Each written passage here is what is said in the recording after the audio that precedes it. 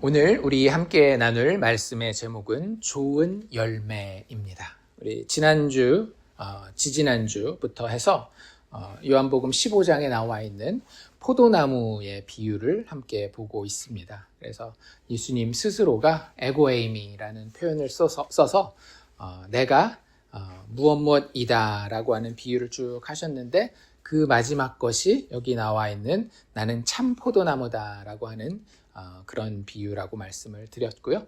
그래서 예수님이 하나님을 기쁘시게 하는 좋은 열매를 맺을 수 있는 유일한 포도나무이기 때문에 그냥 포도나무가 아닌 참 포도나무다라는 이야기를 첫 주에 했었고요. 지난주에는 아버지가 농부다라는 그 표현에 대해서 함께 살펴봤는데요. 예수 안에 속한 자들을 깨끗하게 하시면서 돌보시는 그 포도나무와 그 포도나무에 속해 있는 가지들을 돌보시는 하나님 아버지의 사역에 대해서 함께 살펴보았습니다. 그래서 하나님께서는 당신의 유일한 포도나무이신 예수 그리스도를 돌보시는 가운데에 그 가지가 되는, 거기에 속해 있는 우리들을 당신의 말씀과 고난을 통해서 더 깨끗하게 가지치기라는 표현이라고 그랬죠. 영어로는 프룬이라는 표현이라고 말씀을 드렸는데, 더 깨끗하게 하여서 더 많은 열매를 맺게 하신다. 그게 아버지께서 하시는 사역이다라는 이야기를 우리가 함께 나누었습니다. 오늘은 거기에 이제 연장되어서 그 농부 대신 아버지가 예수라고 하는 참 포도나무를 가꾸는 것을 통해서 맺게 하려고 하는 열매에 대해서 한번 생각해 보려고 합니다. 이게 구약에서부터 계속 연결되는 그림이었잖아요. 그렇죠? 그래서 구약에 포도나무를 포도원에 심고 주인이 원하는 건 단 하나밖에 없었어요. 왜? 포도나무라고 하는 것은 다른 어떤 가구를 만든다든지 심지어는 불쏘시개로도 잘 쓰지 않을 정도로 별 쓸모가 없어요. 오직 포도나무를 심는 이유는 뭐라 그랬어요? 열매를 맺게 하는데, 그 주인은 항상 구약의 문맥에서 보면 좋은 열매 맺기를 원하였다라는 이야기가 계속 나옵니다. 그런데 이스라엘 백성들이 그 역사를 통해서 봤을 때 계속해서 좋은 열매가 아닌 나쁜 열매를 맺잖아요. 그래서 그 좋은 열매가 도대체 무엇인지, 어떻게 맺는 것인지, 그걸 맺으면 어떤 결과가 있는지, 이런 것들에 대해서 오늘 우리가 함께 살펴보려고 합니다. 그래서 열매가 무엇인지, 특히 좋은 열매가 무엇인지를 성경의 문맥에서 쭉 살펴보기를 원하는데요. 일단 구약의 이야기부터 한번 살펴보기를 원합니다. 구약에 보면 제가 방금 말씀드린 것처럼 하나님은 좋은 열매 맺기를 원하셨지만 이스라엘 백성들은 계속해서 어땠다라고요? 좋은 열매가 아닌 나쁜 열매, 들포도 열매를 맺었다라고 이야기를 하고 있어요. 그래서 그 이야기에 대해서 우리가 살펴보기를 원하는데, 도대체 이스라엘 백성들이 어땠길래 하나님께서는 너희가 좋은 열매가 아닌 나쁜 열매를 맺었구나 라고 이야기를 하시는지 함께 살펴보기를 원합니다. 여러 군데가 있는데요. 그 중에 가장 우리에게 좀 확실하게 이렇게 의미를 전달해 줄 수 있는 부분이 예레미야서 2장으로 넘어가면 있어요. 그래서 예레미야 우리가 함께 살펴볼 텐데요. 예레미야 2장 20절과 21절에 보면 하나님이 이스라엘 백성들에게 너희가 정말로 내가 원한 열매를 맺지 않았구나 라고 하는 이야기를 어떻게 이야기하시는지 한번 보면 좋을 것 같습니다. 20절과 21절인데요. 제가 읽어드릴게요. 네가 옛적부터 내 멍에를 꺾고 내 결박을 끊으며 말하기를, 이스라엘 백성들이 계속 뭔가 그 하나님으로부터 온 것을 끊어버리고 거절하면서 말하는 멘트가 이거라는 거예요. 나는 순종하지 아니하리라 하고, 그러면서 하는 일이 뭐예요? 모든 높은 산 위에서와 모든 푸른 나무 아래에서 너는 몸을 굽혀 행음하도다. 이 행음하는 건 지금 뭘 얘기를 하는 거예요? 영적인 간음, 즉 우상 숭배를 이야기를 하는 겁니다. 그러면서 그것을 포도나무 비유와 연결해서 하나님이 이렇게 표현하시는 거죠. 21절. 내가 너를 순전한 참 종자 곧 귀한 포도나무로 심었거늘 내게 대하여 이방 포도나무의 악한 가지가 됨은 어찌 됨이냐라고 이야기를 하고 계십니다. 많은 경우에 우리가 이 요한복음 15장을 보면서 야, 이 포도나무 비유는 우리한테 그리스도인으로서 모범적인 삶을 사는 것에 대해서 이야기하는 건가 보다. 예수 믿으면 중간에 보면 어떤 얘기도 있어요. 너희가 열매를 잘 맺으면 아버지께서 영광 받으신다, 이런 이야기들도 나오잖아요. 그러니까 예수 믿는 사람들이 세상 사람들이 보란 듯이 착한 일 하고 도덕적으로 깨끗하게 사는 이런 모습을 통하여서 하나님 앞에 박수받게 하는 그런 삶을 열매 맺는 삶, 포도나무가 좋은 열매를 맺는 것이다 라고 오해하기 쉬운데, 하나님은 그런 것에 사실은 별 관심이 없어 보이셔요. 오직 하나님이 관심 있는 것은 무엇인가 하면 하나님 본인과 하나님 백성 사이의 관계에 대해서만 관심을 가지고 있는 것으로 이 포도나무 비유 혹은 포도원의 비유가 구약 성경을 비롯해서 신약 성경, 오늘 요한복음 15장에서도 계속 이어지는 것을 볼 수 있습니다. 지금 읽어서 알겠지만 하나님이 뭐에 대해서 지금 강조하고 있어요? 네가 말하는 그 멘트, 내가 내 마음에 너무 상처로 다가왔다라고 하는 그 멘트가 뭐예요? 이스라엘 백성들이 하나님을 향하여서 나는 순종하지 아니하리라 라고 하는, 그게 하나님을 너무너무나 아프게 하는 거예요. 그리고 그들이 그런 마음을 가지고 그런 그 고백을 가지고 했던 행동들이 뭐라고요? 몸을 굽혀 행음하였다라는 거죠. 하나님이 아닌 이방의 다른 우상들을 의지하고 섬기는 모습들을 하나님은 네가 그런 것들을 통하여서 이방 포도나무의 악한 가지가 되었다. 즉 좋은 열매가 아닌 나쁜 열매를 맺는 포도나무가 되었다라고 이야기하고 계시다라고 하는 거예요. 그러면 구약 문맥에서 간단하죠. 도덕적인 그런 이야기, 물론 다른 이 포도나무에 보면 약간 정의라든지 이런 이야기를 하는 것 같기도 해요. 그런데 그것보다 그 문맥에서도 다 마찬가지고, 기회가 되면 우리 지난번에 나눴던 에스겔이라든지 이사야서라든지 호세아서라든지 다 찾아보십시오. 도덕적인 이야기가 들어가는 본문도 있긴 하지만 그 본문들보다 더 압도적으로, 주도적으로 많이 너희가 나쁜 열매를 맺었다라고 하나님이 이야기하실 때에 하나님이 강조하시는 것은 무엇인가 하면, 네가 나를 의지하지 아니하고 스스로 교만하고 나쁜 의미에서 자족하는 거죠. 오히려 어려울 땐 어때요? 사사기 보면 어려우면 하나님 앞에 더 엎드러지고 하나님 살려주세요 이러지만, 자기 스스로 조금 됐다 생각하고 좀 부요하고 부강하다라고 생각하면 하나님이 아닌 자기 스스로로 만족하고, 그러면서 뭐 다른 것 의지할 것 없나, 더 나은 것이 없나 찾아다니는 이런 우상숭배의 모습이 하나님이 이야기하시는 나쁜 열매의 모습이라고 구약성경은 반복해서 이야기를 합니다. 도덕적인 타락은요, 그 하나님을 잃어버렸기 때문에, 하나님을 잊어버렸기 때문에 부수적으로 자연스럽게 따라오는 모습들이에요. 그게 주된 것들이 아니라. 그래서 구약에서 계속 이야기하고 있는 나쁜 열매는 그 우상숭배와 하나님을 섬기지 않는 것과 관계되어 있습니다. 그러면 그 문맥에서 구약 성경 포도나무, 포도원 비유에서 이야기하려고 하는 좋은 열매는 당연히 뭐겠어요? 은혜의 하나님을 신뢰하는 거예요. 때로는 자기들의 눈에 보일 때에 신뢰해도 될까라는 순간들이 있죠. 그때마다 하나님이 뭐라 그래요? 너희는 가만히 있어 나의 하나님됨을 알지어다 라고 이야기하시잖아요. 너희들이 하는 것이 아닌 내가 하는 그것을 너희들이 믿고 신뢰하고 따라오라는 거예요.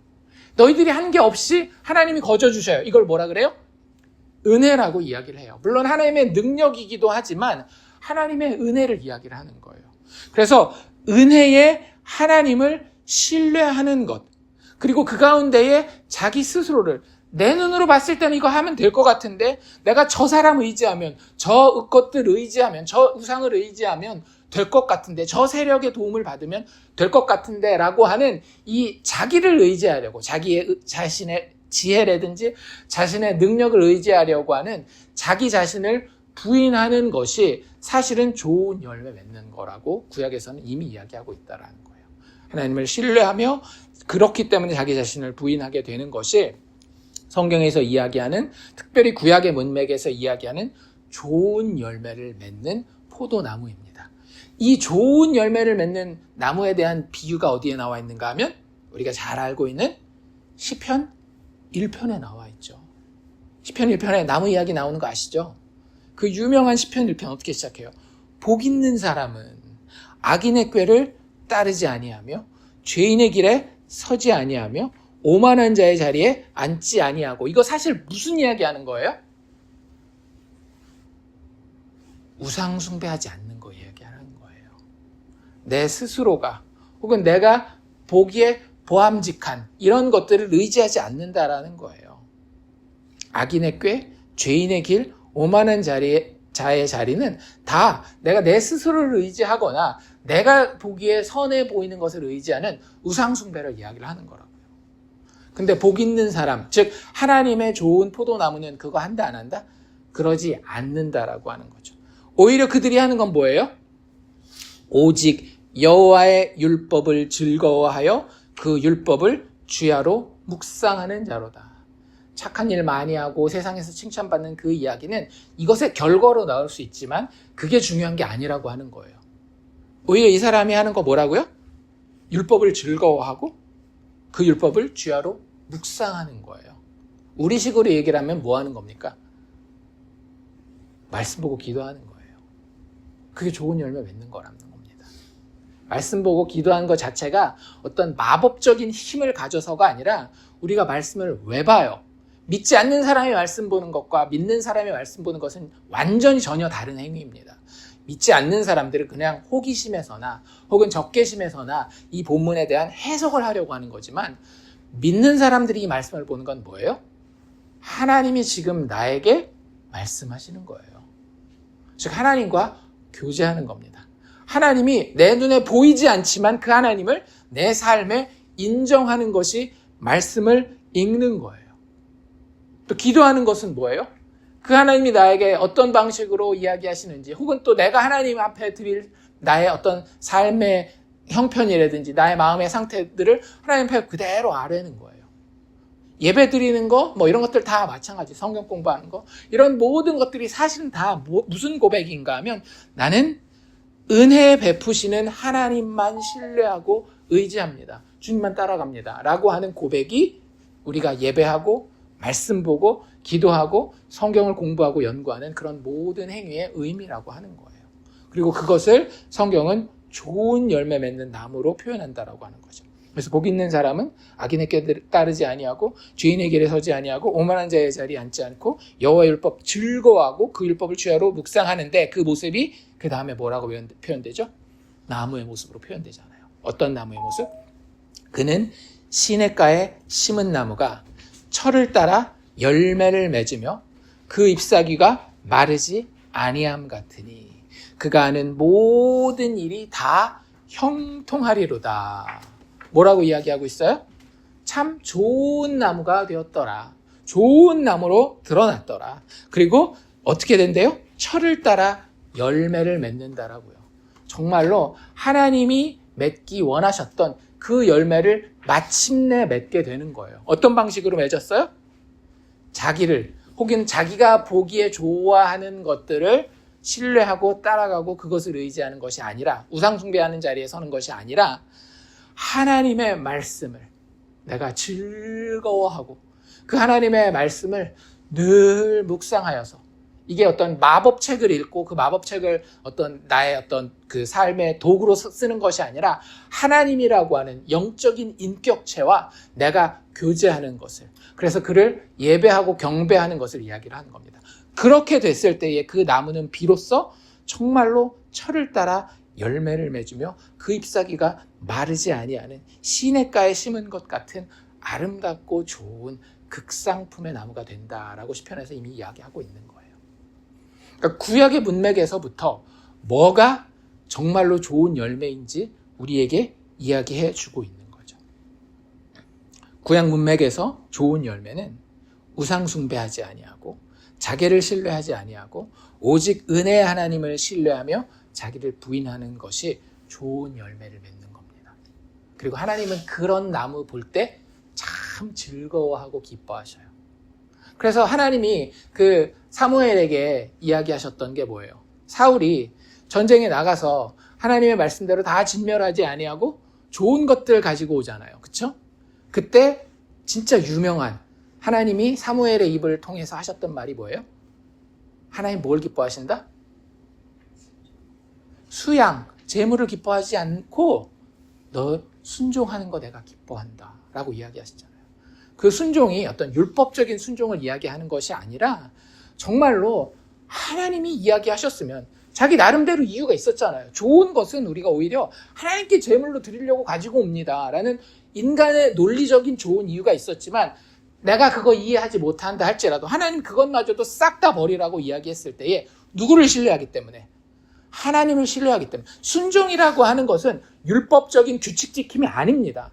순종이라고 하는 것은, 성경에서의 순종이라고 하는 것은 하나님과의 인격적인 관계가 온전하고 깊게 이루어져서 그분이 나를 사랑하시는 것을 알고 나도 그분을 사랑하기 원하기 때문에 그분이 하시는 말씀에 대해서 내가 순종하겠습니다, 따르겠습니다 라고 하는 신뢰의 표현인 거예요. 인격적인 신뢰의 표현. 그것이 성경에서 계속 강조되고 있다라고 하는 거죠. 그리고 그걸 하나님은 참 기뻐하시면서 너 좋은 열매 맺었구나 라고 이야기한다라고 하는 거예요. 그래서 그 부분에 대해서 우리가 반드시 좀 기억할 수 있기를 원하고요. 그래서 그게 구약 전체에 계속 그렇게 나와요. 구약 전체에 하나님이 원하시는 좋은 열매, 하나님이 정말 보기 원하시는 좋은 열매가 무엇인지를 살핀다면 이 예레미야뿐만 아니라 시편뿐만 아니라 모든 부분에서 하나님이 이 열매로 진짜 기뻐하시는구나 라고 하는 장면에는 이스라엘 백성들이, 하나님의 백성들이 정말로 은혜의 하나님을 신뢰하는구나. 그리고 자신의 논리와 자신의 눈에 보이는 좋아 보이는 것들을 내려놓는구나. 그럴 때 하나님이 참 기뻐하시는구나. 이걸 우리가 쉽게 알 수 있어요. 그리고 오늘 15장으로 넘어오면 이 오늘 본문 문맥에서도 열매가 무엇인지를 찾을 수 있습니다. 근데 쉽지는 않아요. 본문을 한번 잘 자세히 읽어보셨는지 모르겠는데 열매는 무엇이다 라고 표현하는 구절이 없습니다.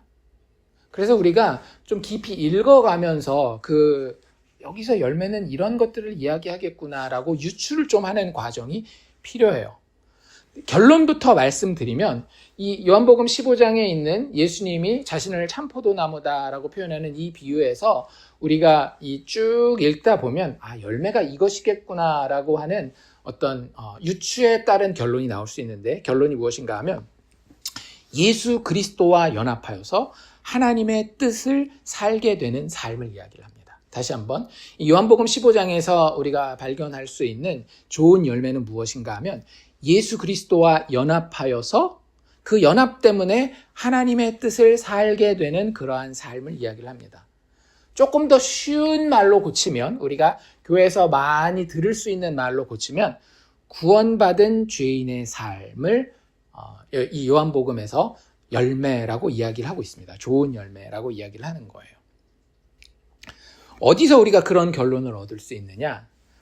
여러 군데서 그런 결론을 얻을 수 있는데 5절을 우리 좀 더 자세히 한번 살펴봅시다. 5절 이렇게 이야기하고 있죠.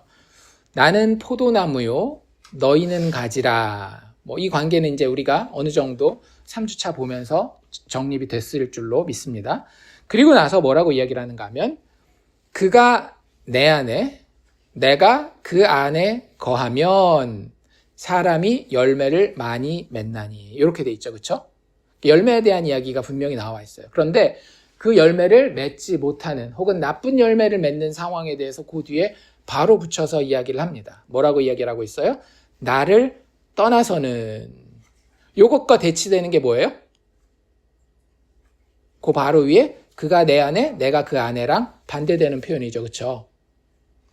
그리고 나서 나를 떠나서는 그 다음에 뭐라고 얘기를 하고 있는가 하면 너희가 아무것도 할 수 없습니다. 요것과 대치되는 표현이 뭐예요? 사람이 열매를 많이 맺는다라는 표현이에요. 그러면 너희가 아무것도 할 수 없다라고 하는 것은 다른 말로 고치면 무슨 얘기예요? 너희가 아무 열매도 맺을 수 없느니라 이 표현인 거잖아요. 그렇죠? 근데 너희가 나를 떠나서는 아무 열매도 맺을 수 없다라는 표현 대신 어떤 표현을 쓰고 있다라고요? 아무것도 할 수 없다라는 거예요. 그러니까 모든 것을 할 수 없다라는 거죠. 여기서 아무것도라고 하는 것은 부정문의 모든 것을 포함할 때 그 어떤 것도라는 그런 표현이잖아요. 그래서 그 모든 것을 할 수 없느니라 이런 뜻이에요. 그러니까 열매를 맺지 못한다라고 하는 것은 그 어떤 일도 우리가 인생을 살아가면서 행할 수 있다 없다? 없다라고 하는 거예요. 다시 한번 정리를 해드리면 너희가 아무것도 할 수 없다라고 하는 것은 너의 삶에서 하는 모든 것들, 먹든지 마시든지 무엇을 하든지 나를 떠나서는 열매 맺을 수 있다 없다? 없다라고 하는 거예요. 반대로 그럼 거꾸로 되돌리면 뭐예요? 그가 내 안에, 내가 그 안에 거하면 무엇을 하든지 뭐 하는 거라고요? 열매를 맺는 거라고요. 그러니까 열매는 뭐냐면 그냥 우리의 삶입니다. 근데 그냥 사는 삶이 아니라 어떤 삶이에요? 구원받은 죄인으로서의 삶이라고 하는 거예요. 그 구원받은 죄인의 삶은 가장 이상적이며 당연하고 자연스러운 구원받은 자의 삶은 그리스도와 연합하여서 하나님의 뜻을 살게 되는 삶이라고 하는 거예요. 이해가 되십니까? 우리 어떤 특정한 부분에 있어서의 우리의 삶의 도덕적인 결단, 판단 이런 것만 이야기하는 게 아니라 어떤 개인의 성품의 삶 이런 것들을 이야기하는 게 아니라 우리의 모든 삶의 모습이 하나님이 보시기에 열매로 바쳐진다라고 하는 거죠. 그런데 어떨 때 그게 좋은 열매라고요? 구원받은 죄인으로서 살 때. 구원받았다라고 하는 것은 누구와 연합한 거예요?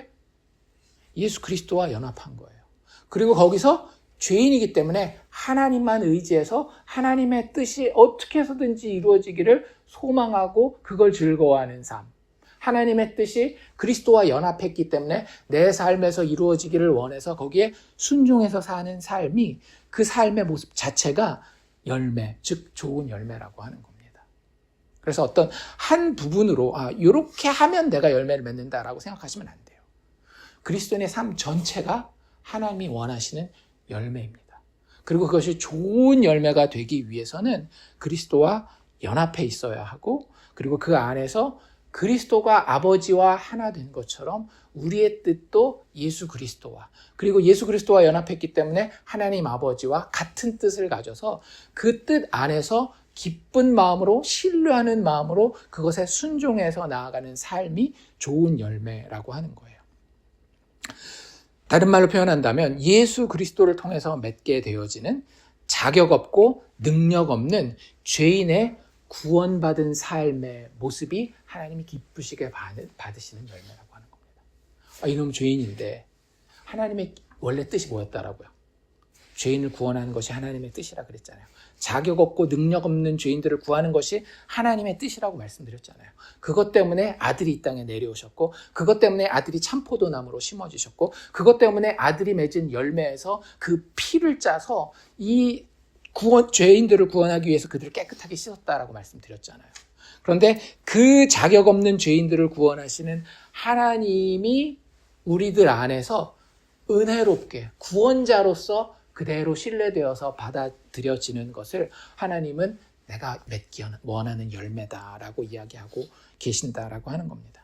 그래서 로마서 12장 1절과 2절에 보면 우리가 잘 아는 이런 구절이 나와 있죠. 사도 바울이 이렇게 표현하고 있어요. 그러므로 형제들아 내가 하나님의 모든 자비하심으로 너희를 권하노니 너희 무엇을? 몸을. 여기서 몸이라고 하는 건 단지 육체적인 신체를 이야기하는 것이 아니죠. 여기서 몸은 뭘 얘기를 하는 거예요? 우리의 전인격을 이야기를 하는 겁니다. 우리의 24시간을 이야기를 하는 거고요. 우리의 모든 마음과 뜻과 정성 이런 것들을 다 포함하는 거예요. 그런데 그의 너희의 몸이 하나님이 기뻐하시는 거룩한 산제물로 드리라는 거예요. 이게 좋은 열매의 다른 표현입니다. 하나님이 기뻐하시는 거룩한 산제물. 이게 지금 요한복음 15장에서는 좋은 열매로 묘사되고 있다라고 하는 거예요. 이는 너희가 드릴 영적 예배니라. 같은 표현이죠. 영적 예배가 좋은 열매가 되는 겁니다. 그래서 그 좋은 열매가 어떤 모습이라고 표현하고 있는가 하면 로마서 12장 2절에 보면 너희는 이 세대를 본받지 말고 오직 마음을 새롭게 하여 변화를 받아 하나님의 선하시고 기뻐하시고 온전하신 뜻이 무엇인지 분별하도록 하라. 예수 믿는 사람들은요, 특정 문화나 도덕률에 의해서 혹은 법률에 의해서 선을 판단하는 사람들이 아닙니다. 그 모든 것들은 사실은 뭐냐면 일반 은총의 분야에 드러나 있는 하나님의 성품에 대한 그림자적인 반영이에요. 진짜 의는 어디서 나와요? 오직 하나님에게서만 나와요. 때로는 그것이 우리가 이해할 수 없는 방식으로 이루어질 때도 있어요. 마치 이것과 같습니다. 일반 은총은 그림자이기 때문에 하나님의 선이 우리의 몸이 육체로 태어났으면 건강한 거예요. 하지만 때로는 하나님이 더 큰 선을, 우리가 죄인이기 때문에 그 죄인 가운데에서 구원을 끌어내기 위해서는 우리의 건강이 일반 은총에서의 선임에도 불구하고 하나님이 그 일반 은총에서의 선을 망가뜨려야 되는 경우도 있을 수 있다라고요. 인정하시잖아요. 우리가 감기에 걸리는 거 하나님의 일반 은총에서의 선은 아닙니다. 근데 이런 것들을 많이 느끼지 않나요? 야, 내가 요즘에 영적으로 참 드라이하고 하나님으로부터 멀어졌는데 이번에 내가 몸살 심하게 앓으면서 죽을 것 같아서 하나님 옆에 진짜 간절하게 기도하게 되더라. 그러면 그 가운데에 하나님, 이것이 하나님의 뜻이군요. 내가 하나님이 부르신 이 침상에서 아파하면서 기도하기를 원합니다. 그러면 그거 하나님이 보실 때에 일반 은총에서의 선의 모습은 아니지만 궁극적으로 모든 것이 합력하여 선을 이루는 모습 맞죠? 그런 거 이야기를 하는 거예요. 우리의 삶의 모든 순간순간에서 하나님의 선하시고 기뻐하시고 온전하신 뜻이 무엇인지 분별하는 거예요. 좋은 일이 생기든지 나쁜 일이 생기든지 하나님과 계속 교제하는 겁니다. 하나님, 이게 맞나요? 내가 여기서 어떻게 해야 하나님을 더 신뢰하고 하나님을 순종하는 모습일까요? 사실은 내 안에는 이런 모습이 있습니다. 자신 안에 있는 하나님 없이 스스로 만족하는 그런 모습들을 다 내려놓고 하나님을 믿지 못하기 때문에 내가 다른 방법, 은행 잔고를 의지한다든지 나의 능력을 의지한다든지 이런 것들이 있는지 없는지를 하나님 앞에서 계속 확인한 거예요. 그래서 내가 이때는 정말로 10의 1조가 아니라 10의 10조를 드리는 게 하나님의 뜻인가 보다. 모든 사람에게 그걸 원하시지 않는다라고요. 하나님이 각 사람에게 지금은 성령을 보내셔서 자기 원하는 것을 너무나도 분명하게 각 사람에게 하나하나 자세히 알려주고 계셔요. 그래서 도덕률로 그리스도인들이 맺는 좋은 열매를 규정할 수 없다라는 게 그런 것들이에요. 때로 어떤 때는 그거 도덕률로 혹은 일반 은총의 범위에서 선으로 규정할 수 없는 것들을 하나님이 우리에게 원하시는 뜻으로 주실 때가 있더라고요. 우리는 어떻게 하면 되는 거예요? 그것이 정말 하나님의 뜻이 맞는지, 하나님이 기뻐하시고 온전한 뜻이 맞는지, 하나님의 선하신 뜻이 맞는지 분별하려고 노력하는 거예요. 그리고 어떻게 하는 거예요? 순종하는 거예요. 순종이 그래서 중요한 겁니다. 우리가 법을 지키기 때문에 그 기준을 충족하는 방식으로 순종을 하는 게 아니라 순종은 왜 나오는 거예요? 하나님을 신뢰하기 때문에 나오는 거예요. 하나님의 사랑이 내 안에 충분하게 정말 사랑하시는구나. 이렇게까지 나를 사랑하시는 분이라고 한다면, 십자가에서 자신의 사랑을 증명하시는 분이라고 한다면 내가 신뢰할 수 있겠구나. 그래서 그 안에 마음이 평안해지는 겁니다. 그래서 주님이 성령을 통해서 나의 길을 인도하실 때에 순종함으로 따라갈 수 있는 겁니다. 때로는 그게 세상 사람들이 볼 때 손가락질하는 모습일 수도 있어요. 왜 구약의 하나님이 자꾸 이해하기가 힘듭니까? 구약의 하나님이 모든 남자와 여자, 짐승까지도 다 죽이라고 했잖아요. 여리고를 점령할 때에, 아이성을 점령할 때에 그 모든 것들이 본인들의 눈에 보기에는 혹은 세상 사람들이 이야기할 때는 손가락질을 받을 만한 어떤 사회적으로, 문화적으로 위험한 것들일 수도 있다라고 하는 거예요. 그럼에도 불구하고 우리는 뭘 받기 때문에? 십자가를 받기 때문에. 은혜 베푸시는 하나님을 받기 때문에. 그의 뜻이 자격 없는 죄인의 구원이라고 하는 것을 봤기 때문에 그분을 신뢰하고 순종할 수 있는 삶의 모습을 가지는 게 그리스도인이고, 그런 삶의 모습을 하나님은 뭐로 받으신다라고요? 좋은 열매로 받으신다라고. 이해가 되시죠? 어떤 룰이 있어서 그 기준대로 따라가면 좋은 열매고 그 기준에 못 미치면 나쁜 열매가 아니에요. 우리는 자꾸 우리가 딸기라든지 이런 과일 같은 거 당도 측정해가지고 그 당도에 맞으면 충분히 그 당도를 충족했으니까 좋은 열매, 그 당도를 측정하지 못했으니까 이거는 그 가라지 같은 열매, 이렇게 생각해서 그걸 우리도 그 어떤 기준이 있어서 그 도덕률을 따르는 것으로 좋은 열매를 맺는 것이다라고 생각하는데 그렇지 않아요. 좋은 열매는 오직 하나님과만 관계가 있습니다. 예수 그리스도의 연합과만 관계가 있습니다. 우리 그건 조금 이따가 더 자세히 살펴볼 텐데, 좋은 열매가 무엇인지가 우리 안에 먼저 제대로 정의돼야 돼요. 어떻게 보면 좀 추상적일 수 있어요. 좋은 열매 좀 딱 알려주세요. 요거 하라고 좀 알려주시면 주일 예배 빠지지 말고 11조 잘하고 이웃한테 봉사 잘하고 그 원수한테 뺨 맞아도 다른 뺨을 대고 이렇게 좀 알려주시면 제가 좋은 열매 잘 맺겠습니다. 그거는 정말 무지한 거예요. 인격적인 관계에서 그렇지 않아요. 인격적인 관계라고 하는 것은 그 사람을 알고 이해하고, 특별히 사랑의 관계에서는 그 사람의 사랑이 내 안에 풍성하게 느껴져서 신뢰가 되는 겁니다. 그래서 그분 안에 연합하여서 그분의 뜻을 살게 되는 거예요. 순종하게 되는 거예요. 그러한 삶을 예수님은 우리에게 은혜 받은 삶이다라고 이야기하잖아요. 그래서 5절에 보면 나를 떠나서는 너희가 아무것도 할 수 없다라고 하는 게 그런 뜻이에요. 잘 생각해 보세요. 예수 안 믿으면 진짜 아무것도 못합니까? 예수 믿는 교회 다니는 사람은 예수를 떠났다라고 한다면 숟가락이 안 들어줘 밥을 못 먹겠어 막 이래요? 아니잖아요. 목욕도 할 수 있고 직장에 나가서 일도 할 수 있고 세상 사람들이 칭찬하는 위대한 업적도 이룰 수 있어요. 근데 예수님의 시각은 좋은 열매를 맺는다라고 하는 그 시각에서는 니네가 나를 떠나서는 아무것도 할 수 없다라고 하는 거예요. 너희가 내 안에 있어야만, 나를 의지해야만 진짜로 아버지가 인정하시는 열매를 맺는다라는 이야기를 지금 하시는 거라고요. 다시 한번 5절 잘 제가 읽어드릴 테니까 묵상해 보세요. 나는 포도나무요 너희는 가지라. 그가 내 안에, 내가 그 안에 거하면 사람이 열매를 많이 맺나니, 삶의 모습으로 하나님을 기쁘시게 하나니, 하나님이 원하시는 좋은 열매를 맺게 되나니, 나를 떠나서는 너희가 아무것도 하나님을 기쁘시게 할 만한 어떤 것도 할 수 없느니라. 그리스도와 연합하여서 아버지의 뜻이 내 안에 충만하게 기쁨으로 받아들여지는, 그래서 죄인이지만 하나님을 신뢰하고 살아가는 삶의 모습이 하나님이 원하시는, 정말로 기뻐하시는 좋은 열매라고 하는 사실을 우리가 기억할 수 있기를 원합니다. 그래서 이게 확장되면 신약의 문맥에 이제 뭐가 나오는 거예요? 성령의 열매가 나옵니다. 그리스도와의 연합은 내 힘과 뜻으로 돼야 안 돼요. 안 돼요. 그리스도의 연합을 위해서 우리에게 반드시 필요한 분이 있는데 그분이 누구예요? 성령이신 거예요. 그래서 그 성령이 우리에게 내주하시고 충만하심으로써 그리스도의 모습을 우리 안에서 삶의 현장에서 나의 결정을 통해, 나의 발언을 통해, 나의 태도와 행동을 통해 보여주시는 모습을 우리는 뭐라고 부르는가 하면 성령의 열매라고 부르는 겁니다. 사실은 같은 거예요. 하나님이 이 포도원에서 원하시는 좋은 열매는 바로 이 성령의 열매가 되는 겁니다. 근데 우리가 알아듣기 조금 더 쉽죠. 우리의 삶의 전체 모습. 그러니까 성령의 열매도 뭐가 없어요? 어떤 행동이나 이런 것들이 별로 없습니다. 어떤 우리의 삶의 방향성이라든지 삶의 태도를 이야기하고 있지, 요거 했어 안 했어 이렇게 주어지지 않는다라고 하는 거죠.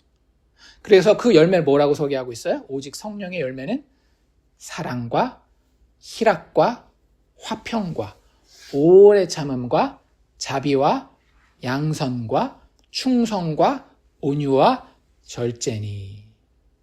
이게 인간의 도덕률 이야기하는 거 아닙니다. 다시 한번 말씀드리지만 예수 믿는 사람들은 많이 인내해야 돼. 예수 믿는 사람들은 절제를 잘해야지. 이런 걸 이야기를 하는 게 아니라, 우리가 그리스도와 연합해 있다 보면 그리스도에게서 이걸 먼저 발견하는 거예요. 성령의 열매라는 것은 그리스도의 영이신 분이 그리스도의 성품을 우리 안에 드러내기 때문에 나타나는 현상들이잖아요. 성령의 열매라고 하는 것들이. 그래서 이것은 누구에게 있는 것인가 하면 예수 그리스도에게 제일 먼저 있었던 겁니다. 그런데 그것이 우리 안에 성령이 예수를 통해서 역사하시다 보니까 이런 모습이 드러난다라고 하는 거죠. 그리고 이 같은 것을 금지할 법이 있다 없다? 없대요. 그리스도인이 맺는 좋은 열매는 진짜 파워풀한 겁니다. 금지할 법이 있다 없다? 없어요.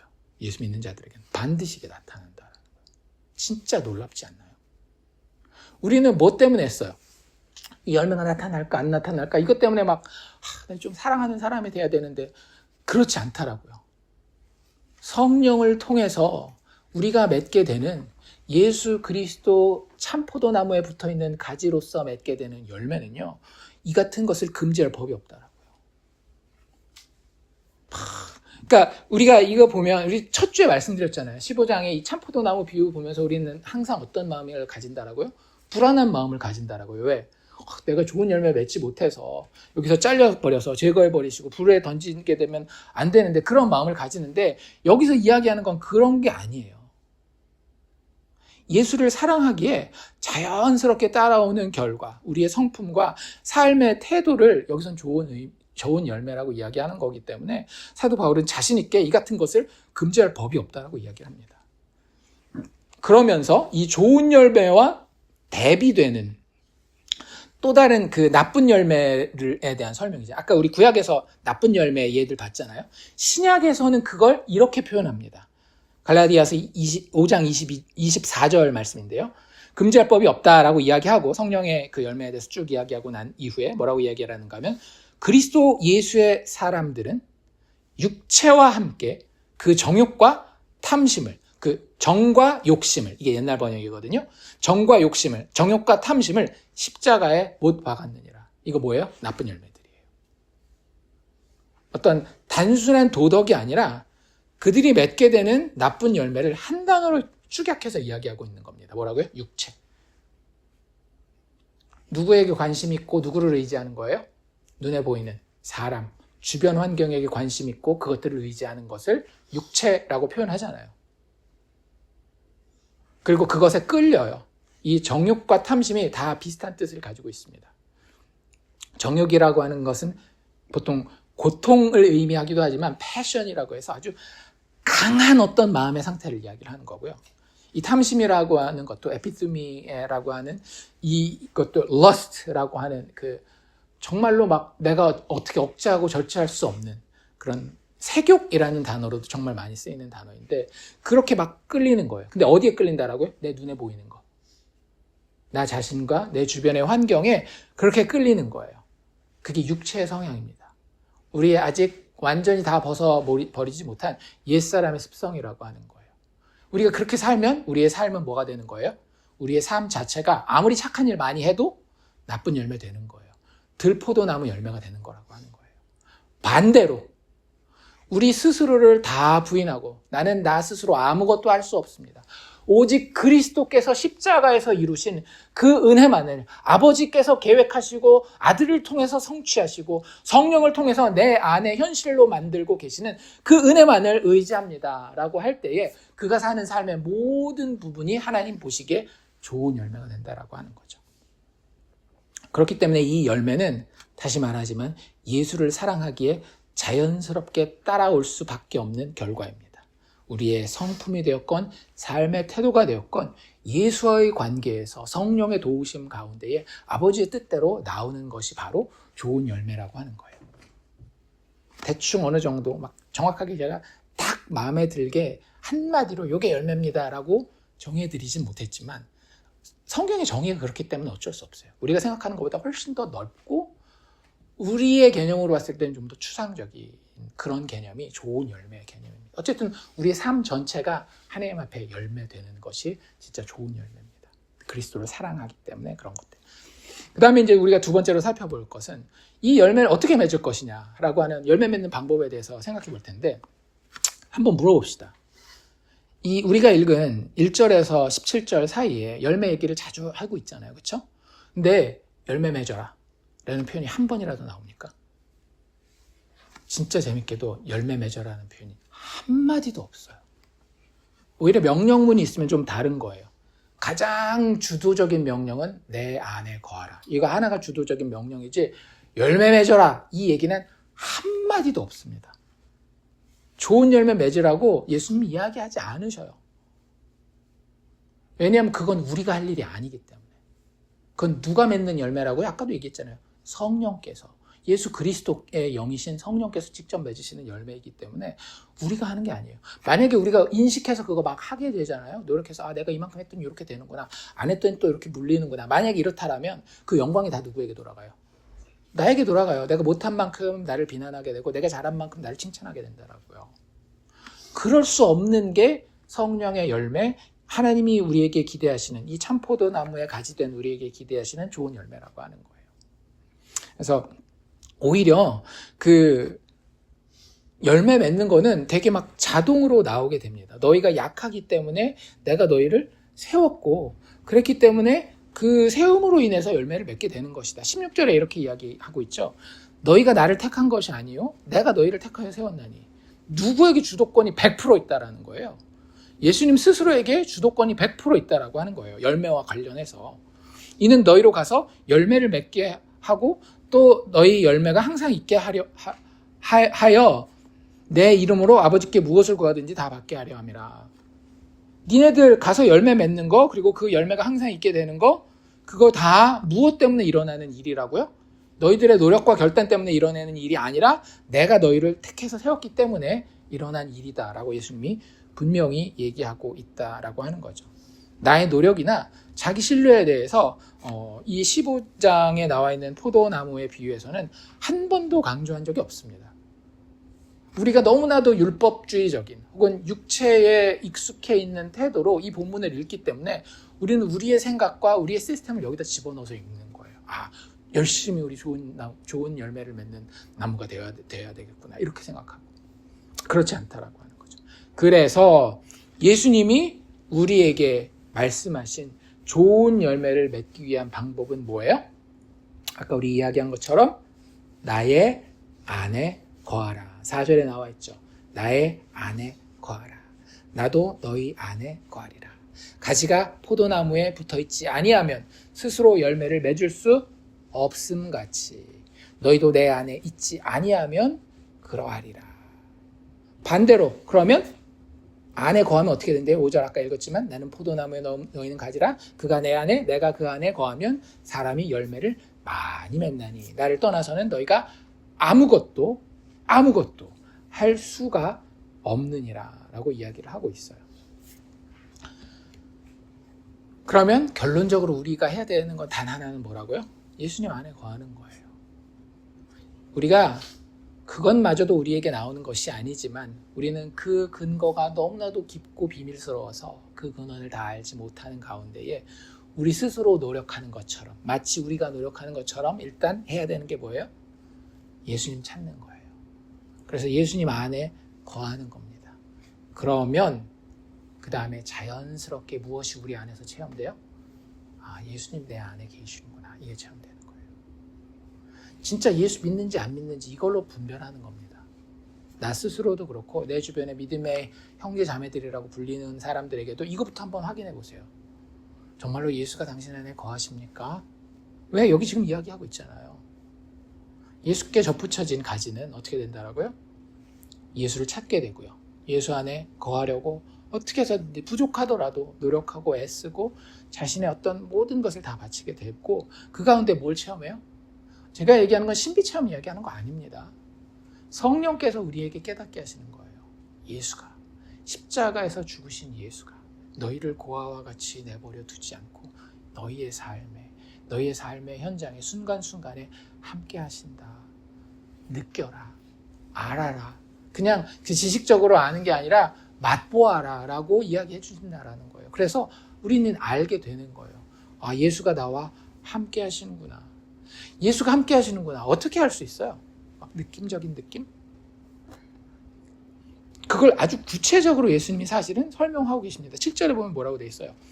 너희가 내 안에 거하고 이게 첫 번째 예수님이 얘기하신 거죠. 나의 안에 거하라. 나도 너희 안에 거하리라. 4절에 그렇게 얘기를 했잖아요. 그 나의 안에 거하라 라고 하는 걸 7절에서 너희가 내 안에 거하고 이렇게 얘기를 하고 있다라는 거예요.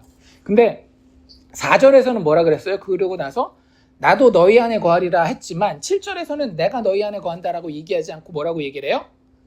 내 말이 너희 안에 거하면 이렇게 얘기를 하고 있다라고요. 똑같은 표현인데 표현이 뭐라고 바뀐다라고요? 내 말이 너희 안에 거한다라고 하는 거예요. 예수님이 우리 안에 있는 거 어떻게 확인하면 될까요? 예수님의 말씀이 내 안에서 생각되어지는 거예요. 예수님의 말씀이, 성경 말씀이 내 양심을 때로는 찌르고 때로는 격려하고 내 삶을 이끌고 가는 것을 느끼는 거예요. 큐티라고 하는 게 일장일단이 있겠지만 큐티의 가장 기본적인 뭐라 그래야 될까? 목적은 무엇인가 하면 이거예요. 말씀이 정말로 내 안에 거하시는. 예수님께서 말씀으로 내 안에 거하시는 것을 체험하기 위해서 내가 내 시간을 드립니다. 내 어떤 마음을 드립니다. 하나님 오셔서 말씀하십시오. 예수님이 나와 함께 하시는 증거를 보여주십시오. 말씀하십시오. 내가 당신 안에 거합니다. 당신도 말씀으로 내 안에 거하여 주시옵소서 라고 하는 고백이 사실은 큐티 개인적인 말씀 보고 기도하는 이런 것들의 가장 중요한 목적이라고 하는 것입니다. 그래서 우리가 예수 안에 있지 않으면요 스스로 열매 맺을 수가 없어요. 계속해서 지금 예수님이 이야기하는 거 아닙니까?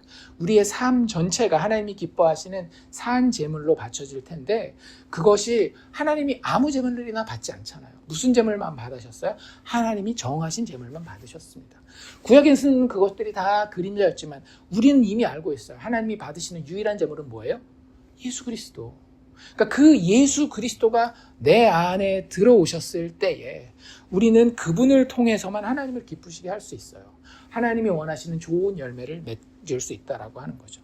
그렇기 때문에 반대로 우리가 예수 안에 있지 않은 상태에서 예수 안에 거하지 않은 상태에서 아무리 도덕적으로 착한 일을 하고 세상 사람들이 받을 만한 일을 한다 할지라도 하나님 보시기에는 그것은 아무것도 안 한 거라고요. 오히려 육체에 속하여서 우리의 정욕과 탐심을 이루는 일일 수밖에 없다라고 하는 거예요. 그게 아무리 심지어는 교회를 위하여 했다 할지라도. 요한복음 아까 우리가 읽은 그런 데에서 보면 예수님의 안에 거한다라는 것이 그 증거로 말씀이 내 안에서 기억나는 것으로 표현된다라는 것이 우리에게 도움을 줄 수 있는 한 가지 표현이라고 한다면 또 한 가지는 뭐냐면 그래도 예수님 안에 거한다라는 게 이게 좀 잘 이해가 안 됩니다 할까봐 예수님이 한 구절 더 설명한 구절이 있어서 그 구절도 우리가 보도록 하겠습니다. 밑에 쭉 내려가면 예수님이 나의 안에 거한다라고 하는 것을 다른 표현으로 우리에게 표현하신 것이 있어요. 혹시 어떤 건지 찾으셨어요? 나의 사랑 안에 거하라. 9절에 나와 있죠. 그렇죠? 나의 사랑 안에 거하라. 이게 뭐랑 똑같은 표현이라고요? 나의 안에 거하라라는 거예요. 우리가 예수님 안에 거한다라는 거 니고데모가 그런 얘기했죠. 거듭나야 한다라 그러니까 뭐라 그래요?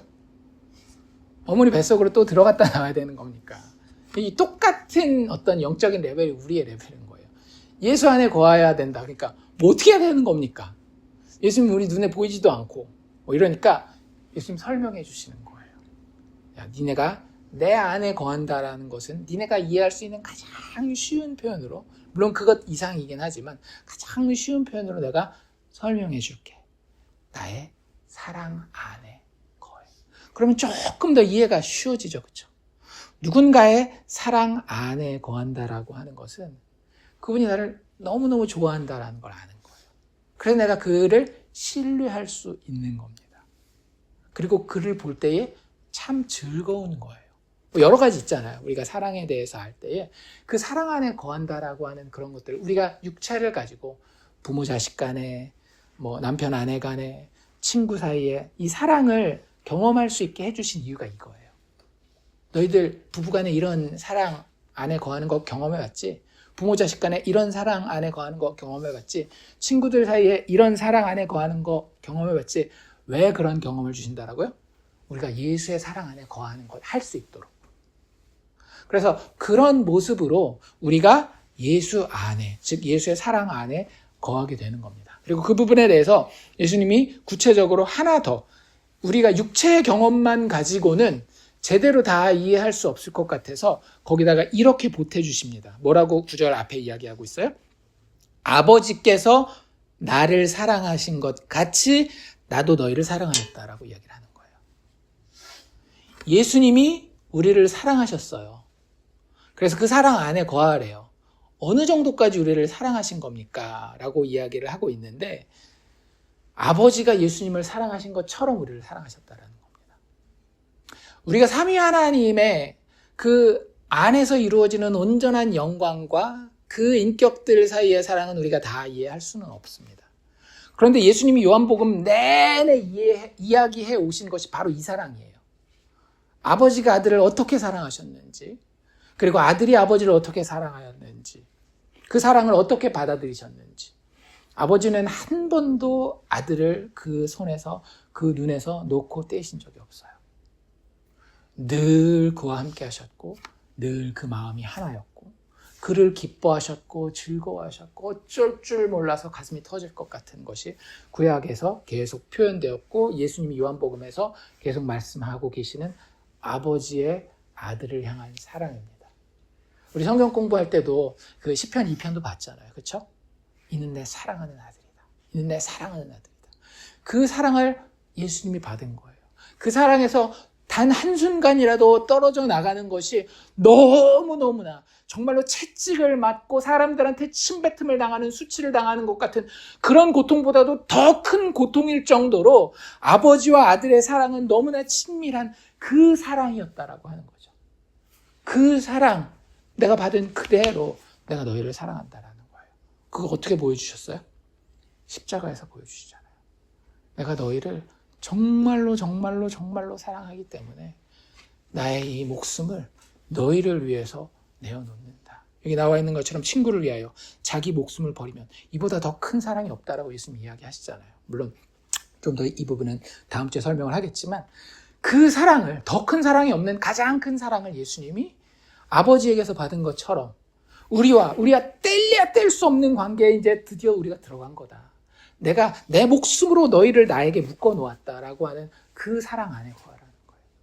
그 사랑을 생각해보고 묵상해보고 내 마음으로, 그리고 내 육체를 가지고 사는 삶의 현장으로 체험하라는 거예요.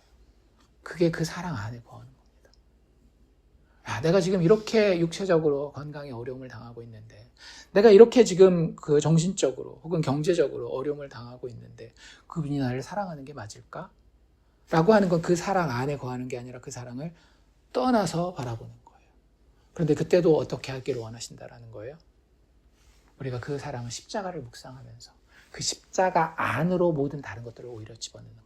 십자가 밑으로 그런 것들을, 나의 경제적인, 나의 육체적인, 나의 정신적인 어려움들을 내려놓고 그 안에서 그것들을 해석하고, 그 안에서 예수님이 나를 사랑하시는데 왜 이런 일이 있을까라고 고민해가면서 그 삶의 과정들을 겪어가는 것이 정말로 우리가 예수님의 사랑 안에 거하는 것이라고 하는 겁니다.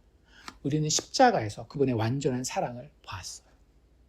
그렇기 때문에 그분이 우리를 사랑하시는 것을 신뢰하면서 따라가고 묵상할 수 있는 겁니다. 여기서 한 단계만 더 나아가 봅시다. 우리가 이 사랑 안에 거한다라고 한 것도 어떻게 보면 우리가 적용하기에는 조금 되게 추상적일 수 있어요. 제가 적용을 엄청 좋아하는 건 아니지만 예수님이 간 만큼까지만 가봅시다. 예수님의 사랑 안에 거하는 거 어떻게 하면 될까요? 네, 예수님이 딱 알려주셨어요. 너희들 내 계명을 지켜라. 10절에 나와 있죠. 내가 아버지의 계명을 지켜 그의 사랑 안에 거하는 것 같이. 그러니까 항상 예수님이 하고 우리에게 알려주시는 것은 이미 패턴이 있는 거예요. 천상에. 히브리서에 보면 진짜 그게 있잖아요. 그 성전에 그 성막에 진짜 패턴이 하늘에 있다라고 이야기하는 것처럼 우리가 경험하게 되고 명령받은 모든 것들이 사실은 아버지와 아들 사이에 이미 원형으로서 존재하는 거예요. 근데 일단 기본 원형이 뭐예요? 내가 아버지의 계명을 지켜 그의 사랑 안에 거하는 것 같이. 자, 그럼 이거 잘 이해해야 됩니다. 그냥 문맥적으로 보면, 문법적으로 보면 마치 어떻게 되는 것 같아요? 계명을 지키는 게 먼저고, 그래서 그게 원인이 되어서 그의 사랑 안에 거하는 것처럼 보이잖아요. 그렇죠? 근데 우리가 지금까지 쭉 봐왔습니다. 예수님이 아버지의 계명을 지켰기 때문에 비로소 아버지의 사랑 안에 거하게 된 건가요? 아니죠. 하나님이 이야기하실 때는, 특히 예수님의 입술을 통해서 이야기하실 때 우리가 고백하는 그 신앙의 내용들은 많은 경우에 우리가 생각하고 경험하는 것의 수준을 뛰어넘는 경우가 많습니다. 즉 시간과 공간을 뛰어넘는 경우가 많아요. 원인과 결과의 그런 어떤 논리적인 관계도 뛰어넘는 경우가 많아요. 이건 뭘 이야기를 하는가 하면 이 두 가지가 동시에 일어난다라고 하는 거예요. 사랑하기 때문에 순종하고 순종하는 것을 통해서 사랑을 더 경험하게 되고 그 사랑 때문에 또 순종하게 되고 그 순종으로 인해서 사랑이 더 깊어지고 계속해서 뭐가 닭이 먼저인지 달걀이 먼저인지 모를 정도로 그 두 가지가 복합적으로 일어나는 상황을 묘사할 때 우리가 볼 때는 마치 인과관계를 설명하는 것처럼 그래서 선후가 있는 것처럼 보이는 경우가 있다라고 하는 거죠. 아버지와 아들의 사랑 그리고 아버지의 계명을 아들이 지키는 것을 보면 이 모든 것들이 단번에 일어나는 것을 볼 수가 있습니다. 아버지를 아들은 그냥 영원 전부터 그들의 존재가 시작이라는 말이 불가능하지만 그냥 있었을 그때부터 아버지가 아들을 사랑하는 것을 아들은 늘 체험하고 있었어요. 그걸 한 번도 경험하지 못한 적이 없었습니다. 그리고 그분을 충분히 신뢰할 만했기 때문에 당연히 아들의 삶의 모습은 어땠어요? 아버지의 말씀에, 아버지의 계명에 늘 순종하는 모습으로 드러난 거예요. 아들이 노력했나요? 물론 노력하기도 했죠. 근데 이게 막 안 되는 것을 노력하는 게 아니라 그냥 나는 나의 모습을 그대로 보임에도 불구하고 그게 다 뭐였던 거예요? 아버지의 계명이었던 거예요.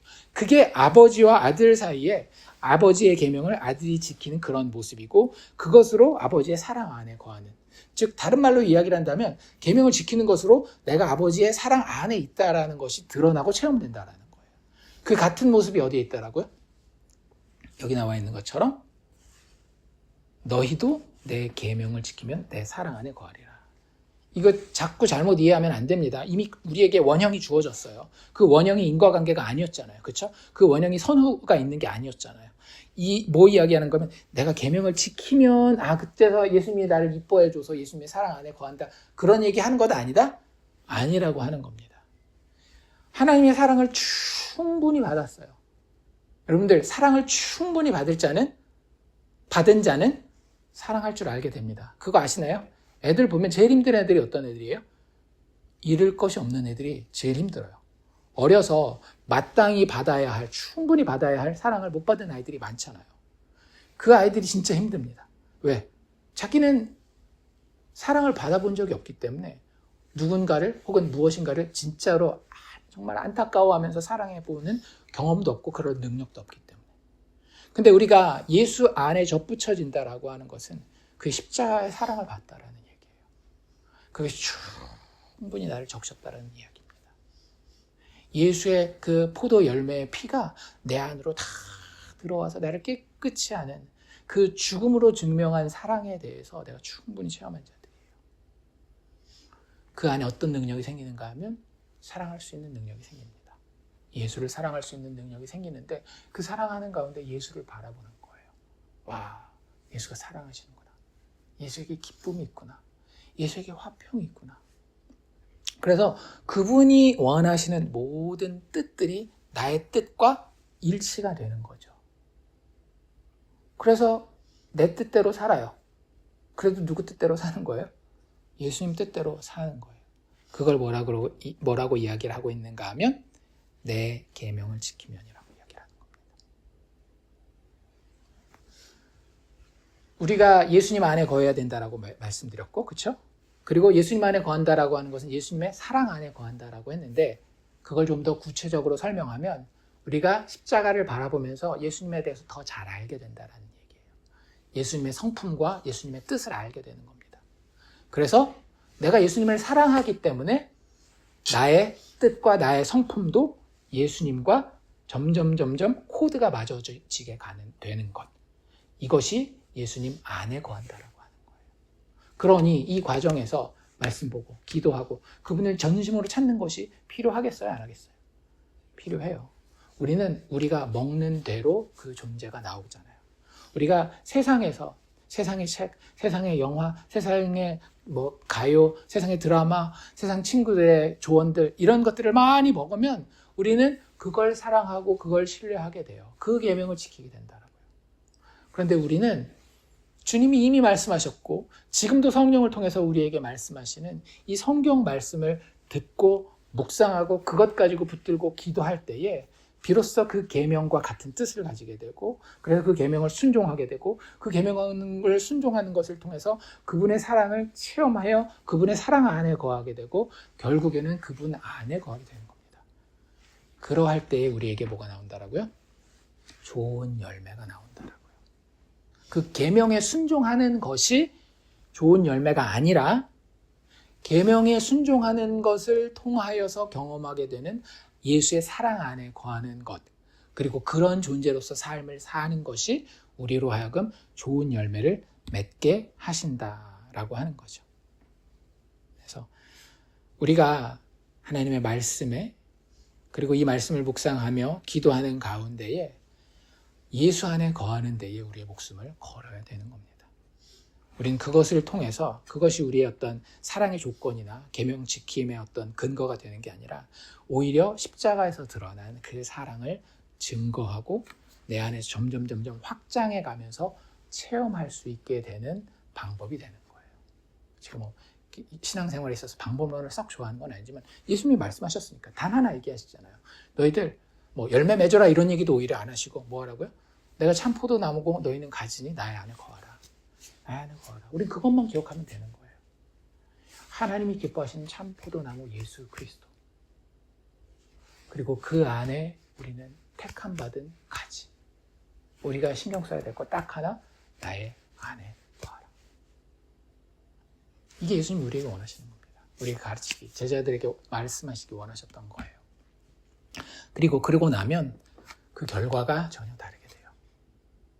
우리가 생각하는 세상적인 사람들의 칭찬을 받을 수 있을, 혹은 세를 모을 수 있을 만한 열매와 하나님이 진짜 기뻐하시는 열매는 그 결과물에 있어서 차이가 납니다. 어떤 차이가 나요? 뒤에 보면 8절에 이런 이야기가 나와 있죠. 너희가 열매를 많이 맺으면 내 아버지께서 영광을 받을 것이다 라고 이야기를 합니다. 세상의 다른 열매, 사람들이 칭찬하는 열매는 그 영광 누가 받아요? 사실은 내가 받잖아요. 혹은 내가 속한 단체가 받잖아요. 교회가 썩었어. 그런 사람들이 다니는 교회 어떤 교회들이에요? 세상에서 칭찬받는 교회. 누가 칭찬받는 거죠? 내가 칭찬받는 거예요. 내가 다니는 교회는 봐라. 이렇게 세상에서 칭찬받는다. 그런 교회 다니는 거예요.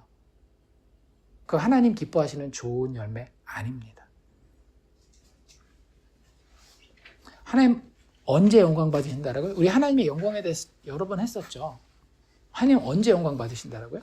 세상 사람들이 야 교회 박수, 예수 믿는 사람 야, 역시 착해 박수, 이럴 때 영광 받으신다라고요? 예수 믿는 사람들이 금메달 따면 영광 받으신다라고요? 아니라고 제가 여러 번 말씀드렸죠. 그렇죠? 언제 영광 받으신다라고요? 아들 예수 그리스도의 십자가가 아름답게 받아들여질 때에, 정말로 놀랍고 좋은 것으로 선포될 때에, 인정될 때에 아버지께서 영광 받는다라고 말씀드렸잖아요. 아버지가 우리가 좋은 열매 맺잖아요. 어떻게 영광 받으시는지 아세요? 우리가 좋은 열매 왜 맺는다고요? 어떻게 맺는다라고요? 그리스도와 연합했으니까. 그리스도와 연합했을 때 우리는 어떤 존재가 된다라고요? 나는 용서받은 죄인이야. 하나님의 은혜 없이는 안 돼. 내가 부인되고 아버지만, 하나님만, 그리스도만 높아지는 그러한 마음의 태도, 말의 증거, 삶의 방식이 그대로 드러나는 거예요. 그게 어떤 모습인지는 사람마다, 형편마다 좀 다를 수 있어요. 때로는 사람들이 손가락질하는 모습일 수도 있단 말이에요. 잘 생각해 보세요. 옛날에는 성에 대한 이런 이야기들을 동성애하는 것도 당연히 우리가 받아들여야 되지 하는 것에 대해서 아무렇지도 않았지만, 요즘 같은 경우에는 그건 성경이 이야기하는 죄입니다라고 이야기하면 손가락질 받잖아요. 근데 그럼에도 불구하고 아버지가 기뻐하시는 것이 무엇인지 알고 그 안에서 십자가를 통해 드러난 하나님이 우리에게 주시는 하나님의 은혜에 대해서 이해하고, 그것이 우리에게 보여주는 그림자적인 영역과 실체적인 영역에서 하나님의 뜻을 따라서 그분의 구원을 온전히 인정할 때에, 예수 아니면 우리에게 소망이 없구나, 예수라고 하는 신랑이 아니면 우리는 정말로 하나님이 원하시는 그 의롭고 좋은 열매의 자리에 설 수 없구나라는 것을 인정할 때에 비로소 하나님이 영광을 받으시는 거예요. 왜? 누가 인정됐기 때문에. 인간이 아닌 예수가 인정되었기 때문에. 그게 하나님이 영광 받으신다는 거는 진짜 의미라고 말씀드렸잖아요. 그러니 좋은 열매를 맺으면 아까도 이야기한 그런 과정을 통해서 예수 안에 거해서 그 안에서 성령이 역사하심으로 우리의 삶의 태도가 늘 하나님의 뜻을 십자가 바라보면서 그분의 성품을 닮아가고 그분이 원하시는 삶의 모습이 무엇일까 고민해가면서 부족하더라도 살아가는 그 삶의 모습 자체가 나는 안 되니 예수의 지혜, 그 십자가 바라보면서 오늘도 기도하고 살겠습니다. 주님의 말씀이 오늘 나에게 주시는 그 임팩트를 가지고 내가 오늘도 한번 말을 이어가고 판단을 결정하기를 원합니다. 이러는 것들이 결국에는 하나님께 영광을 돌린다라고 하는 거예요. 내가 아니라 예수가 높아졌기 때문에. 그래서 진짜 열매는 아버지께 영광이 되고요. 또 하나 어떤 결과를 가지고 온대요? 너희는 8절 마지막이요. 너희는 내 제자가 되리라. 진짜 열매를 통해서 우리는 뭐가 되는 거예요? 좋은 열매를 통해서 우리는 예수의 제자가 되는 겁니다. 아니었는데 되게 된다. 이런 얘기 아니에요. 예수님이 하시는 이야기는 어떤 인과관계나 선후관계로 보기보다는 너희가 내 제자인 것이 분명하게 드러날 것이다. 너희 스스로도 알게 될 것이다. 아, 내가 예수에게 배우는 자구나. 내가 예수의 모범을 따라가는 자구나. 예수는 우리의 모범만은 아닙니다. 예수는 우리의 구원자예요. 그런데 그 구원하신 이후에도 여전히 우리를 끌고 가고 계시다라고 하는 거죠. 우리에게 그분의 진리의 가르침을 주심으로 인해서. 그리고 그 진리의 가르침은 여전히 십자가예요. 너희들의 도덕적인 행동과 판단을 내가 원한다가 아니라 내 안에 거하고 나의 사랑 안에 거하라라고 하는. 그래서 내가 진짜 제자구나, 예수 따르는 자구나 라고 하는 것이 우리의 마음 가운데에 더 분명하게 확증된다라고 하는 거죠. 좋은 열매는 방금 얘기한 것처럼 어떻게 되는 거예요? 선순환을 이루는 거예요. 좋은 열매 맺으니 내가 제자인 게 더 확실해지는구나. 제자인 게 더 확실해지니 좋은 열매를 더 맺게 되고 좋은 열매 또 맺었으니까 더 제자인 게 점점 더. 그래서 그리스도인에게는 항상 성숙이라는 게 있는 겁니다. 그리스도 예수의 장성한 분량까지 자라간다라고 하는 게 이런 것 때문에 가능한 거예요. 잘 생각해 보세요. 만약에 그게 아니라고 한다면 인내하는 것, 이게 그리스도인의 성숙도 혹은 좋은 열매 맺는 거라고 해봅시다. 여러분들 인내하는 게 어느 정도 성장할 수는 있어요. 일반 은총 하에서도. 그런데 그게 이게 올라가다 보면 이제 끝나지 않나요? 대부분은 이거예요. 계속 이렇게 우상향이 아니라 올라갔다 내려갔다 올라갔다 내려갔다 올라갔다 내려갔다 그냥 그러다 인생 끝나는 거예요. 그리스도인의 성숙에 대해서는 성경에서 그리스도의 장성한 분량, 그리스도의 장성한 분량은 사실 끝이 있어요, 없어요? 끝이 없는 거예요. 그분 자체가 무한하고 영원한 분이시기 때문에. 그렇게 될 수 있는 이유가 뭐냐면 우리는 영원히 예수 그리스도와 점점 더 가까워지고 점점 더 사랑하고 점점 더 깊은 제자로서 그분을 따라가기 때문에 그런 겁니다. 그래서 그분의 제자가 되어가는 거예요. 더 깊이 더 분명한 실체로서 그것을 체험하게 되는 겁니다. 언제? 우리가 열매 맺었을 때. 우리가 좋은 열매를 맺게 되면, 열매를 많이 맺으면 내 아버지께서 영광을 받으실 뿐만 아니라 너희도 나의 제자가 될 것이다. 그리고 하나 더 이야기하면요, 그리스도인의 삶에 있어서 굉장히 중요한 부분인데 11절에 이렇게 이야기하고 있죠. 내가 이것을 너희에게 이름은 내 기쁨이 너희 안에 있어 너희 기쁨을 충만하게 하려 함이라. 여기서 기쁨이라고 하는 표현은 그냥 희희낙낙하는 것을 기쁨이라고 이야기하는 게 아닙니다. 아버지 하나님에 대한 깊은 이해가 있어서 그 시각으로 나의 모든 삶의 상황들을 바라보는 가운데에 합력하여 모든 것이 선을 이루겠구나라고 하는 소망에서 나오게 되는 확신이요 평안을 기쁨이라고 여기 지금 이야기하고 있는 거예요. 제가 왜 그렇게 말씀드릴 수 있는가 하면 예수님이 십자가에 올라가시잖아요. 정말 희희낙낙하면서 십자가에 올라가시나요? 그렇지 않잖아요. 예수님의 마지막 겟세마네 동산에서의 기도 기억하지 않습니까? 얼마나 애쓰고 땀방울이 핏방울이 될 정도로까지 기도하셔요. 단순히 희희낙낙 거리는 것이 예수의 기쁨이 아닙니다. 내가 너희에게 이것을 말하는 것은 그 이유가 뭐라고요? 나의 기쁨이, 예수가 가졌었던 그 아버지의 사랑과 은혜의 구원에 대한 그 기쁨이 너희에게도 있기를, 그래서 너희에게 충만하게 하기를 원합니다 라고 이야기하는 거예요. 그게 언제 어떻게 이루어진다라고요? 내가 너희에게 이룬 말이 너희에게 이루어졌을 때. 예수님 뭐라고 이뤘어요? 내 안에 거하라. 내 안에 거해서 열매를 맺어라. 그럼 그 결과로 우리에게 있는 것이 뭐라고요? 예수의 그 기쁨이 우리에게 있게 된다라고요. 단순히 희희낙낙 거리는 그런 얕은 가벼운 기쁨이 아니라 어떤 상황도 돌파해 나갈 수 있는 그래서 마지막 종말론적인 하나님의 회복과 구원을, 선을 바라볼 수 있는 그런 기쁨을 우리 안에 허락하신다라고 하는 거예요. 우리가 예수 안에 거하고 그 안에 거해서 열매를 맺어갈 때, 그게 진짜 결과라고 하는 거예요. 상황에 따라서 이리 흔들리고 저리 흔들리고 되는 것은 우리가 예수 안에 거해서 좋은 열매를 맺은 결과로 우리에게 다가오는 삶의 모습이 아닙니다. 예수 그리스도께서 우리가 예수 안에 거했을 때 그분이 친히 우리 안에 거하시고, 그리고 그분이 우리 안에 거하심으로 우리가 정말로 하나님이 기뻐하실 만한 그 열매를 맺을 때에 우리는 예수님이 우리에게 허락하시는 당신의 기쁨을 직접 느낄 수 있게 된다라고 하는 거죠. 그래서 오늘 말씀 기억하면서 십자가로 사랑하시는 그 예수를 우리가 늘 기억할 수 있기를 원합니다. 우리의 삶을 살아가면서 십자가 그 이야기를 하는 이유가 거기에 어떤 마법적인 힘이 있기 때문이 아니라 그게 뭐기 때문에, 그게 예수 사랑의 증표이기 때문에. 그래서 그것을 늘 기억하고 그 안에 거하며 그 안에서 소망하고, 그래서 주님이 자연스럽게 맺게 하시는 좋은 열매를 맺어 궁극적으로 하나님을 기쁘시게 하는, 그리고 그 기쁨 가운데 거하는 우리가 되기를 주의 이름으로 축원합니다.